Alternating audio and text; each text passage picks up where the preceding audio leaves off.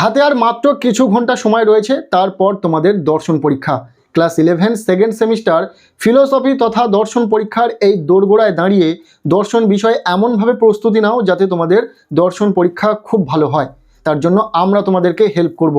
আজকের এই ভিডিওতে তোমাদের জন্য নিয়ে চলে এসেছি দর্শন বিষয়ে last minute full and final suggestion. এই ভিডিওতে আমরা শেয়ার করে দেব 2 মার্কের প্রশ্নের সাজেশন, 3 মার্কের প্রশ্নের সাজেশন, পাশাপাশি 6 মার্কের জন্য কিছু গুরুত্বপূর্ণ প্রশ্ন বলে দেব। যে প্রশ্নগুলো বলে দেব খুব ভালো করে পড়বে, তোমাদের পরীক্ষা দুর্দান্ত হবে, কথা দিলাম। এই একটি ভিডিওতে তোমরা 3 ধরনের প্রশ্নের সাজেশন পেয়ে যাচ্ছ। যে প্রশ্নগুলো বলে দেব খুব ভালো করে পড়বে। তার আগে বলে দিই, তোমাদের দর্শন পরীক্ষা হবে দুটো ইউনিটে, ইউনিট 1 ইন্ট্রোডাকশন টু লজিক এবং ইউনিট 2 ইন্ট্রোডাকশন টু এথিক্স। এই দুটি ইউনিট থেকে পরীক্ষাতে যে প্রশ্নগুলি আসার সম্ভাবনা রয়েছে, 2 মার্কের হোক, 3 মার্কের হোক বা আশেপাশে 6 মার্কের, সেই প্রতিটা প্রশ্ন দেখে নেব, অধ্যায় ভিত্তিক দেখে নেব। প্রথম থেকে প্রতিটা অধ্যায় থেকে যে প্রশ্নগুলো গুরুত্বপূর্ণ রয়েছে সেই প্রতিটা প্রশ্ন বলে দেব। এরও একটা কারণ রয়েছে, যাতে তোমাদের এই প্রশ্নগুলো খুঁজে পেতে সুবিধা হয় এবং পড়তে সুবিধা হয়। যেহেতু হাতে অল্প কিছুটা সময় রয়েছে, এই অল্প সময়েও তোমরা দুর্দান্ত রেজাল্ট করতে পারবে। খুব ভালো করে পড়বে প্রতিটা প্রশ্ন, দেখে নাও কোন কোন প্রশ্নগুলি পড়তে হবে।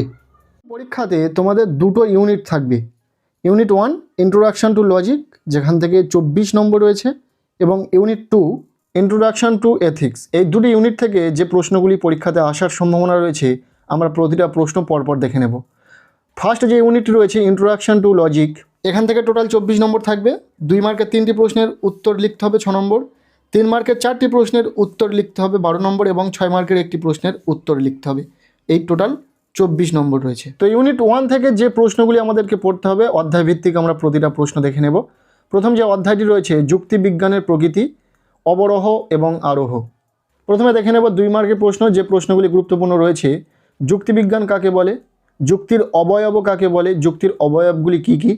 3 নম্বর প্রশ্ন, অবরোহ ও আরোহ যুক্তি বলতে কি বোঝো।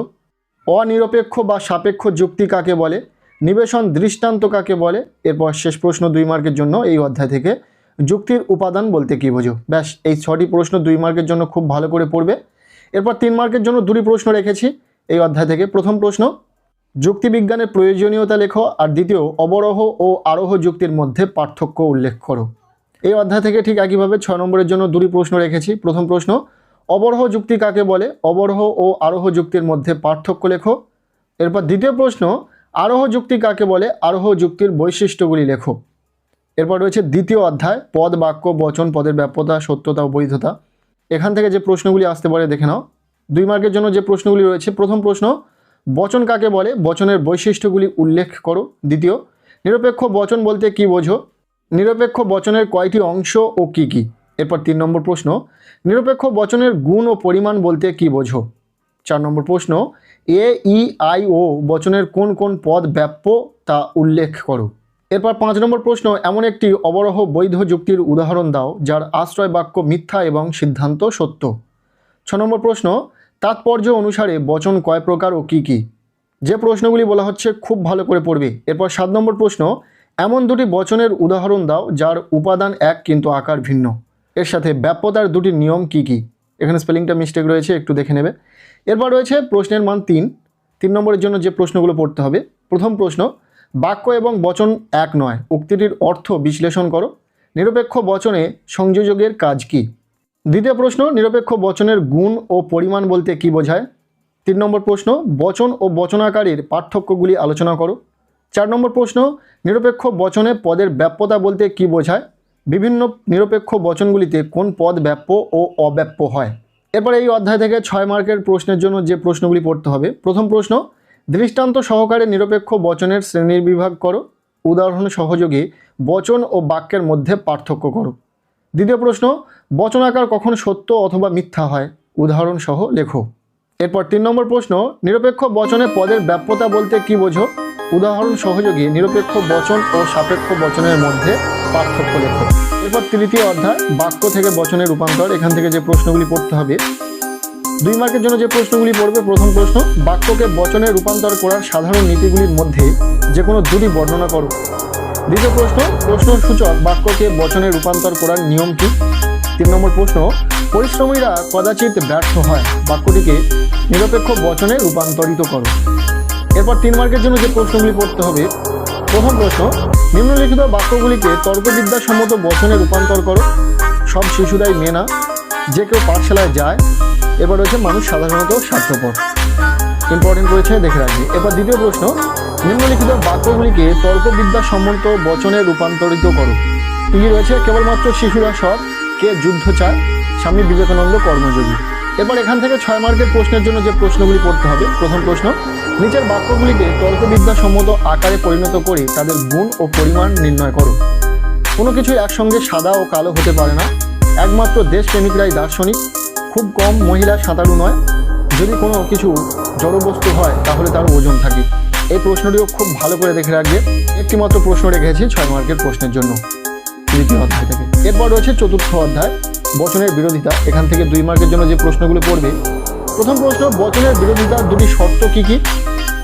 বিরোধিতার মূল শর্ত দুটি উল্লেখ করো। বচনের বিরোধিতা কয় প্রকার ও কি কি? অধীন বিপরীত বিরোধিতার একটি দৃষ্টান্ত দাও। অ্যারিস্টটলের মতে বচনের বিরোধিতা কয় প্রকার ও কি কি? মানুষ মাত্রই কবি নয়, বাক্যটিকে বচন করে তার বিরুদ্ধে বিরোধী বচন নির্দেশ করো। এই 6টি প্রশ্ন 2 মার্কের প্রশ্নের জন্য দেখে রাখবে। আর 3 মার্কের প্রশ্নের জন্য যেগুলো পড়তে হবে। প্রথম প্রশ্ন, অসম বিরোধিতা ও বিরুদ্ধ বিরোধিতার মধ্যে পার্থক্য করো। অসম বিরোধিতার একটি দৃষ্টান্ত দাও। ইম্পর্টেন্ট রয়েছে। আর দ্বিতীয় প্রশ্ন, সকল মানুষ হয় বিচার বুদ্ধি সম্পন্ন জীব। বচনটির বিপরীত বিরোধী বচন কি হবে? এই বচনটি সত্য হলে তার অনুরূপ বিরোধী বচনগুলির সত্যমূল্য নির্ণয় করো। এই দুটি প্রশ্নই তোমরা 3 মার্কের প্রশ্নের জন্য খুব ভালো করে পড়বে। এরপর আমরা দেখে নেব এই অধ্যায় থেকে 6 মার্কের জন্য যে গুরুত্বপূর্ণ প্রশ্নগুলি রয়েছে, যে প্রশ্নগুলি পড়া থাকলে তোমরা পরীক্ষাতে কমন পাবে। দেখে নাও। প্রথম প্রশ্ন, বচনের বিরোধিতা অনুসরণ করে নিম্নোক্ত বচনগুলির যৌগিক সম্বন্ধ নির্ণয় করো। কি রয়েছে? শুধুমাত্র প্রাপ্তবয়স্করাই ভোটদাতা। দ্বিতীয়, অধিকাংশ ভোটদাতাই প্রাপ্তবয়স্ক। সব ভোটদাতাই প্রাপ্তবয়স্ক নয়। একটি মাত্র প্রশ্ন বলে দিলাম, খুব ভালো করে পড়বে। এরপর রয়েছে পঞ্চম অধ্যায়, অমাধ্যম অনুমান, আবর্তন বিবর্তন ও সমবিবর্তন। এখান থেকে যে প্রশ্নগুলি পড়তে হবে। প্রথমে রয়েছে 2 মার্কের প্রশ্ন। প্রথম প্রশ্ন, অমাধ্যম অনুমান কাকে বলে? অমাধ্যম অনুমান কত প্রকার ও কি কি? ইম্পর্টেন্ট প্রশ্ন। এরপর দ্বিতীয় প্রশ্ন, সমিত আবর্তন কাকে বলে? 3 নম্বর প্রশ্ন, নিষেধমূলক বিবর্তন বলতে কি বোঝো? এরপর 4 নম্বর প্রশ্ন, বিবর্তন কাকে বলে? এরপর আমরা দেখে নেব 3 নম্বরের জন্য কিছু গুরুত্বপূর্ণ প্রশ্ন। প্রথম প্রশ্ন, আবর্তনের বৈধতার নিয়মগুলি উল্লেখ করো। দ্বিতীয়, কোনো ক্ষেত্রে কি এ বচনের সরল আবর্তন সম্ভব? আলোচনা করো। এর সাথে ও বচনের আবর্তন বৈধ নয় কেন? এরপর 3 নম্বর প্রশ্ন, বিবর্তন কাকে বলে? বিবর্তনকে কেন অমাধ্যম অনুমান বলা হয়? ব্যাস 3 নম্বরের জন্য এই 3টি প্রশ্নই বলে দিলাম। এরপর আমরা দেখে নেব 6 নম্বরের জন্য মাত্র 2টি প্রশ্ন। প্রথম প্রশ্ন, দৃষ্টান্ত সহ মাধ্যম ও অমাধ্যম অনুমানের মধ্যে পার্থক্য লেখো। আর দ্বিতীয় প্রশ্ন, এ ই আই ও বচনের আবর্তনের দৃষ্টান্ত দাও। 2টি প্রশ্নই খুব ভালো করে পড়বে। এরপর রয়েছে 6ষ্ঠ অধ্যায়, নিরপেক্ষ ন্যায়, মূর্তি ও সংস্থান এবং বৈধতা বিচার। প্রশ্নগুলি পড়তে হবে, দেখে নাও। প্রথমে রয়েছে 2 মার্কের প্রশ্ন, হেতুপদ কাকে বলে? সাধ্যপদ কাকে বলে? পক্ষপদ কাকে বলে? ন্যায়ের 4 প্রকার সংস্থা নেই, হেতুপদের অবস্থান এঁকে দেখাও। 5 নম্বর প্রশ্ন, যুক্তিবিজ্ঞানী কবি প্রদত্ত ন্যায়ের সংজ্ঞাটি লেখো। এরপর 3 নম্বরের প্রশ্নের জন্য যেগুলো পড়বে। প্রথম প্রশ্ন, প্রমাণ করো যে ও বচন কখনোই প্রথম সংস্থানের হেতুবাক্য বা আশ্রয় বাক্য হতে পারে না। দ্বিতীয়, প্রমাণ করো একটি আশ্রয় বাক্য নন্নর্থক হলে সিদ্ধান্ত অবশ্যই নন্নর্থক হবে। আর শেষ প্রশ্ন, টিকা লেখো চতুষ্পদ ঘটিত দোষ। এরপর 6 মার্কের প্রশ্নের জন্য মাত্র 2টি প্রশ্ন বলে দেব। প্রথম প্রশ্ন, ন্যায় অনুমান কাকে বলে? এর বৈশিষ্ট্যগুলি লেখো। আর দ্বিতীয়, নিরপেক্ষ ন্যায়ের সংস্থান বলতে কি বোঝো? উদাহরণ সহ নিরপেক্ষ ন্যায়ের বিভিন্ন সংস্থানের পরিচয় দাও। এরপর রয়েছে 7ম অধ্যায়, যৌগিক যুক্তি, প্রাকল্পিক ও বৈকল্পিক। এই অধ্যায় থেকে যে প্রশ্নগুলি পড়তে হবে। প্রথমে রয়েছে 2 মার্কের প্রশ্ন। প্রথম প্রশ্ন, প্রাকল্পিক নিরপেক্ষ ন্যায় কয় প্রকার ও কী কী? আর দ্বিতীয় প্রশ্ন, বৈকল্পিক ন্যায় কাকে বলে? বৈকল্পিক ন্যায় কয় প্রকার ও কী কী? 2টি প্রশ্নই তোমরা পড়বে 2 মার্কের জন্য খুব ভালো করে। আর 3 মার্কের জন্য যে প্রশ্নগুলি পড়তে হবে এই অধ্যায় থেকে। প্রথম প্রশ্ন, যুক্তির বৈধতা বিচার করো। যদি লক বস্তুবাদী হন তবে তিনি দার্শনিক। লক দার্শনিক, সুতরাং তিনি বস্তুবাদী।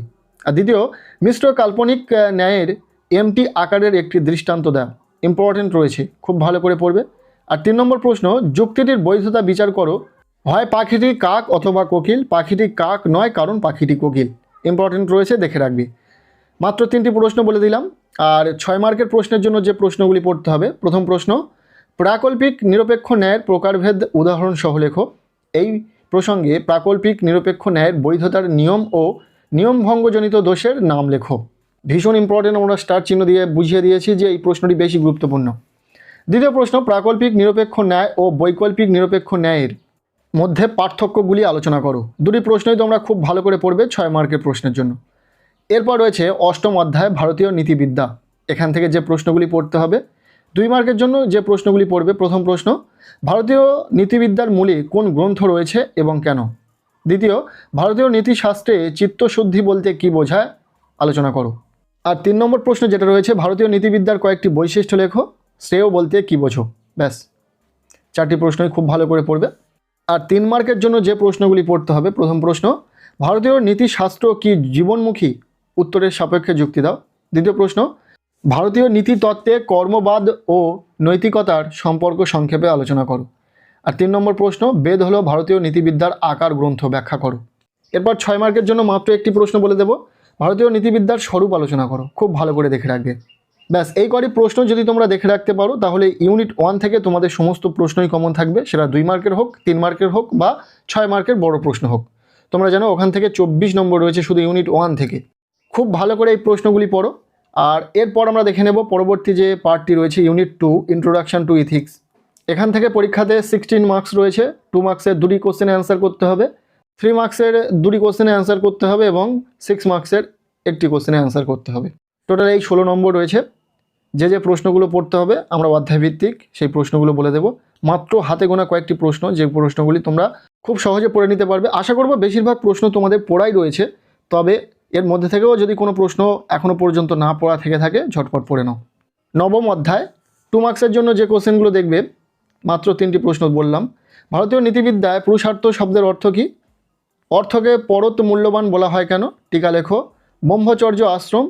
দ্বিতীয় টিকা দেখে রাখবে বানপ্রস্থ আশ্রম। এরপর 3 মার্কের প্রশ্নের জন্য মাত্র 2টি প্রশ্ন দেখে রাখো। প্রথম প্রশ্ন, বৈদিক মতে মানব জীবনের 4টি স্তর সম্পর্কে আলোচনা করো। আর দ্বিতীয়, মোক্ষ ও মুক্তি কয় প্রকার, কী কী, সংক্ষেপে আলোচনা করো। এরপর 6 মার্কসের জন্য একটি প্রশ্ন এই অধ্যায় থেকে দেখে রাখো, ভারতীয় নীতিশাস্ত্রে মোক্ষ লাভের উপায়গুলি সংক্ষেপে ব্যাখ্যা করো। এরপর রয়েছে 10ম অধ্যায় শ্রীমদ্ ভগবদ্ গীতা নিষ্কাম কর্মে ধারণা। এখান থেকে যে প্রশ্নগুলি দেখতে হবে, প্রথমে রয়েছে 2 মার্কের প্রশ্ন, 4টি প্রশ্ন দেখে রাখো। কুরুক্ষেত্রের যুদ্ধকে ধর্মযুদ্ধ বলা হয়েছে কেন? এরপর দ্বিতীয় প্রশ্ন, ভারতীয় নীতিশাস্ত্রে কয় প্রকার কর্ম স্বীকার করা হয় ও কী কী। এরপর 3 নম্বর প্রশ্ন, শ্রীমদ্ ভগবদ্ গীতা কী। আর 4 নম্বর প্রশ্ন, সকাম কর্ম কাকে বলে, নিষ্কাম কর্ম কাকে বলে, সেটাও দেখে রাখবে। আর 3 মার্কের জন্য এই অধ্যায় থেকে যে প্রশ্নগুলি পড়তে হবে, মাত্র 3টি প্রশ্ন বলে দিচ্ছি, দেখে নাও। প্রথম প্রশ্ন, গীতায় কর্মযোগের 3 প্রকার ব্যাখ্যা আলোচনা করো। দ্বিতীয়, গীতায় স্থিতিপ্রজ্ঞের ধারণাটি ব্যাখ্যা করো। 3 নম্বর প্রশ্ন, শ্রীকৃষ্ণ কর্মযোগ অধ্যায়ে নিষ্কাম কর্মের তত্ত্ব প্রসঙ্গে স্বধর্ম ও পরধর্মের মধ্যে কিভাবে পার্থক্য করেন। এরপর 6 মার্কসের কোশ্চেনের জন্য যেগুলো দেখে রাখবে, আমরা মাত্র একটি প্রশ্ন বলে দিচ্ছি, এখান থেকে দেখে রাখবে। প্রথম প্রশ্ন, সকাম ও নিষ্কাম কর্মের মধ্যে পার্থক্য লেখো। নিষ্কাম কর্ম কেন সকাম কর্ম অপেক্ষা উন্নততর। এরপর রয়েছে একাদশ অধ্যায় বুদ্ধ ধর্মের অষ্টাঙ্গিক মার্গের ধারণা। এখান থেকে যে প্রশ্নগুলো পড়তে হবে, প্রথমে রয়েছে 2 মার্কের প্রশ্ন, বুদ্ধ দর্শনের প্রতিষ্ঠাতা এবং ধর্মগ্রন্থের নাম লেখো। ত্রিপিটক কী, অষ্টাঙ্গিক মার্গ কী, ইম্পর্টেন্ট, প্রজ্ঞা কী, সামক ব্যায়াম কী, পঞ্চশীল কাকে বলে। আর 3 মার্কের জন্য 2টি প্রশ্ন দেখে রাখবে, বুদ্ধ দর্শনে 4টি আর্য সত্য উল্লেখ করো। বৌদ্ধ নীতি তত্ত্বের মূল কথা কী। আর 6 মার্কসের জন্য একটি প্রশ্ন দেখে রাখবে, বৌদ্ধ দর্শনে অষ্টাঙ্গিক মার্গ কী, সংক্ষেপে ব্যাখ্যা করো। ব্যাস, এরপর আমরা দেখে নেব দ্বাদশ অধ্যায় চারবাক সুখবাদ। এখান থেকে যে প্রশ্নগুলি পড়তে হবে, প্রথমে রয়েছে 2 মার্কের প্রশ্ন, চারবাক নীতি তত্ত্বের প্রধান বৈশিষ্ট্যগুলি আলোচনা করো। চারবাক মতে অর্থ কেন সহায়ক পুরুষার্থ। এরপর 3 নম্বর প্রশ্ন, ইন্দ্রিয় সুখ খানিক হওয়া সত্ত্বেও চারবাকরা কেন ইন্দ্রিয় সুখকেই পরম কাম্য বলেছেন। এই 3টি প্রশ্নই তোমরা 2 মার্কের প্রশ্নের জন্য খুব ভালো করে পড়বে। আর এরপর আমরা দেখে নেব 3 মার্কের প্রশ্ন। এখান থেকে একটি মাত্র 3 মার্কের প্রশ্ন বলে দিচ্ছি, ভালো করে পড়বে। চারবাকরা জন্মান্তর স্বীকার করেন না কেন। এরপর 6 নম্বরের প্রশ্নের জন্য একটি প্রশ্ন বলে দিচ্ছি, চারবাক সুখবাদের বিরুদ্ধে যুক্তিগুলি আলোচনা করো। এরপর রয়েছে ত্রয়োদশ অধ্যায় পাশ্চাত্য নীতিবিদ্যা। এখান থেকে যে প্রশ্নগুলি পড়তে হবে, 2 মার্কের জন্য যে প্রশ্নগুলি পড়বে, প্রথম প্রশ্ন, পাশ্চাত্য নীতিশাস্ত্রের আলোচনা প্রধানত কয়টি ধারায় প্রবাহিত হয়েছে ও কী কী। দ্বিতীয়, নীতিবিদ্যাকে মোরাল ফিলোসফি কেন বলা হয়। আর 3 নম্বর প্রশ্ন, নীতিবিদ্যার বৈশিষ্ট্যগুলি আলোচনা করো। এই 3টি প্রশ্নই 2 মার্কের জন্য দেখে রাখবে। এরপর 3 নম্বরের জন্য একটি প্রশ্ন বলে দিচ্ছি, নৈতিক চিন্তার দৃষ্টান্ত হিসাবে সক্রেটিসের প্রসঙ্গটি আলোচনা করো। ইম্পর্টেন্ট রয়েছে। আর 6 নম্বরের প্রশ্নের জন্য একটি প্রশ্ন বলে দিচ্ছি, বিভিন্ন নীতিবিদদের দেওয়া নীতিবিজ্ঞানের সংজ্ঞাগুলি আলোচনা করো। ব্যাস। এরপর রয়েছে চতুর্দশ অধ্যায় নৈতিক প্রত্যয়সমূহ। এখান থেকে যে প্রশ্নগুলো পড়তে হবে, প্রথমে রয়েছে 2 মার্কের প্রশ্ন, ব্যাপক ও সংকীর্ণ অর্থে নৈতিক পদটির অর্থ কী। দ্বিতীয়, অনুকরণশীল ক্রিয়া কাকে বলে। পরের প্রশ্ন, আকস্মিক ক্রিয়া কেন অনৈতিক। নেক্সট, অভিপ্রায় শব্দটির অর্থ কী। ভালো শব্দের ব্যুৎপত্তিগত অর্থ কী। প্লেটোর মতে ন্যায় বিচারের উদ্দেশ্য কী। এরপর আমরা দেখে নেব 3 মার্কের জন্য প্রশ্ন, মাত্র 3টি প্রশ্ন বলে দেব। প্রথম প্রশ্ন, নৈতিক ও অনৈতিক ক্রিয়ার মধ্যে পার্থক্য করো। দ্বিতীয়, নৈতিক কথাটির সংকীর্ণ ও ব্যাপক অর্থ আলোচনা করো। পরের প্রশ্ন, জন রলস কিভাবে ন্যায়ের স্বরূপ নির্দেশ করেছেন। এই কটি প্রশ্ন তোমরা খুব ভালো করে 3 মার্কের প্রশ্নের জন্য পড়ে রাখো। নেক্সট আমরা দেখে নেব 6 মার্কের কিছু গুরুত্বপূর্ণ প্রশ্ন। প্রথম প্রশ্ন, নীতিবিদ্যার বিষয় হিসাবে উদ্দেশ্য ও অভিপ্রায়ের স্বরূপ ও সম্বন্ধ ব্যাখ্যা করো। দ্বিতীয় প্রশ্ন, অ্যারিস্টটলের ন্যায় তত্ত্ব ব্যাখ্যা করো। দুটি প্রশ্নই খুব ভালো করে পড়বে 6 নম্বরের প্রশ্নের জন্য। এরপর রয়েছে পঞ্চদশ অধ্যায় নৈতিক তত্ত্বসমূহ। এখান থেকে প্রথমে আমরা দেখে নেব 2 মার্কের প্রশ্ন, উদ্দেশ্যমুখী বা ফলমুখী নৈতিক মতবাদ কাকে বলে। ইম্পর্টেন্ট প্রশ্ন। দ্বিতীয় প্রশ্ন, আত্মসুখবাদ কত প্রকার ও কী কী। 3 নম্বর প্রশ্ন, কান্টের নৈতিক বা নীতি কর্তব্যবাদ কী। 3টি প্রশ্নই 2 মার্কের প্রশ্নের জন্য খুব ভালো করে পড়বে। এরপর আমরা দেখে নেব 3 মার্কের প্রশ্ন, মাত্র 2টি প্রশ্ন বলে দেব। প্রথম প্রশ্ন, বেনথাম ও মিলের উপযোগবাদের মধ্যে পার্থক্য লেখো। দ্বিতীয় প্রশ্ন, রসের মতে কোনো ধর্মের কর্তব্যের মধ্যে নিয়মের ব্যতিক্রম দেখা যায়, ব্যাখ্যা করো। আর 6 নম্বরের প্রশ্নের জন্য একটি মাত্র প্রশ্ন দেখে রাখবে, কর্তব্যমূলক নীতিতত্ত্ব বলতে কী বোঝো, এই মতের বিষয়বস্তু সংক্ষেপে উল্লেখ করো। এই কটি প্রশ্ন তোমরা ইউনিট 2 থেকে খুব ভালো করে দেখে রাখো। এই ছিল দর্শন বিষয়ের একটি পূর্ণাঙ্গ সাজেশন। আমরা প্রতিটা প্রশ্ন অধ্যায়ভিত্তিক শেয়ার করেছি, যেখানে তোমাদের প্রতিটা অধ্যায় থেকে কোন কোন প্রশ্নগুলো পড়তে হবে আমরা বলে দিয়েছি, যাতে তোমাদের এই অন্তিম মুহূর্তে, পরীক্ষার একদম আগের মুহূর্তে তোমরা প্রতিটা প্রশ্ন ঠিকভাবে খুঁজিয়ে নিয়ে পড়তে পারো। যেহেতু হাতে সময় অল্প, এই মুহূর্তে যদি আমরা সমস্ত প্রশ্ন অধ্যায়ভিত্তিক না দিয়ে একসাথে দিয়ে দিতাম, সেখানে তোমাদের খুঁজতেও অনেকটা সময় চলে যেত। যার কারণে আমরা অধ্যায়ভিত্তিক দিলাম। অনেক প্রশ্ন মনে হতে পারে, তবে একদমই না। এই প্রশ্নগুলো তোমাদেরকে পড়তে হবে যদি ভালো রেজাল্ট করতে চাও। আজকের এই ভিডিওটি ব্যাস এতটুকুই। কেমন লাগলো ভিডিওটি অবশ্যই কমেন্ট সেকশানে জানিও। ভিডিওটি ভালো লেগে থাকলে লাইক করে দাও, চ্যানেলে নতুন হলে চ্যানেলটিকে সাবস্ক্রাইব করে রাখো, আর পারলে ভিডিওটি বন্ধুদের সাথে প্রচুর শেয়ার করে দাও। প্রত্যেকের দর্শন পরীক্ষা খুব ভালো হোক, সবার জন্য শুভকামনা রইল।